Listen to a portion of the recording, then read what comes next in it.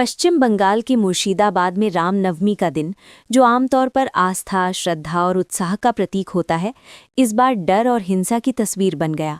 जुलूस में जय श्री राम के नारे गूंज रहे थे, लोग ढोल नगाड़ों के साथ आगे बढ़ रहे थे, लेकिन किसी ने सोचा भी नहीं था कि कुछ ही मिनटों में पूरा माहौल बदल जाएगा।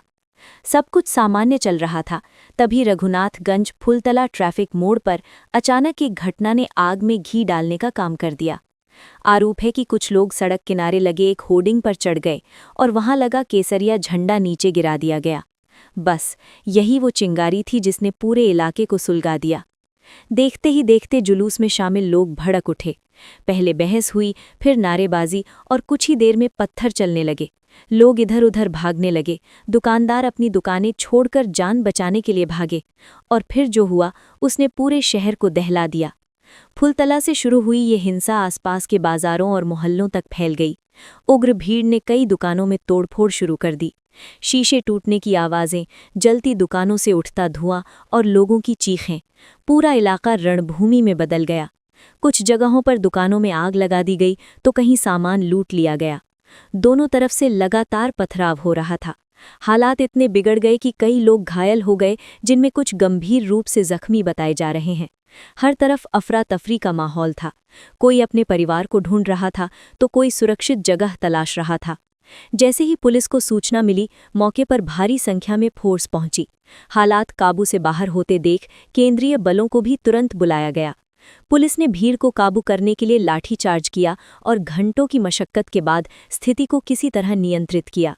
लेकिन तब तक बहुत देर हो चुकी थी। कई दुकानें जल चुकी थीं, लोग घायल थे और पूरे इलाके में डर का साया फैल चुका था। स्थिति की गंभीरता को देखते हुए प्रशासन ने तुरंत धारा 144 लागू कर दी।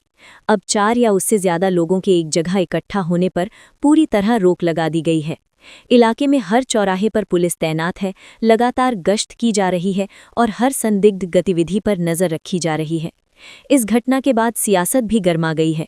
बीजेपी ने आरोप लगाया कि भगवा ध्वज का अपमान किया गया, जिससे लोगों की भावनाएं भड़क उठीं।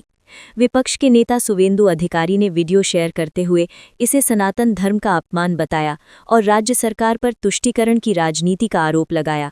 वहीं प्रशासन का कहना है कि हालात अब नियंत्रण में हैं और हिंसा फैलाने वालों की पहचान की जा रही है। मुर्शिदाबाद के डीआईजी के मुताबिक कई लोगों को हिरासत में लिया गया है और आगे भी गिरफ्तारी जारी रहेगी।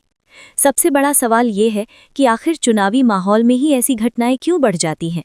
बंगाल में 23 और 29 अप्रैल को मतदान होना है। ऐसे में इस तरह की हिंसा कहीं न कहीं माहौल को प्रभावित करती है।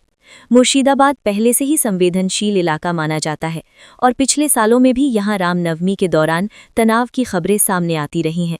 लेकिन इस बार जो हुआ उसने लोगों के मन में डर और असुरक्षा की भावना को और गहरा कर दिया है। फिलहाल स्थिति शांत जरूर है, लेकिन तनाव अभी भी हवा में तैर रहा है। पुलिस हर पल नजर बनाए हुए है और प्रशासन लगातार लोगों से शांति बनाए रखने की अपील कर रहा है, क्योंकि एक छोटी सी चिंगारी कब बड़ी आग बन जाए ये कोई नहीं जानता।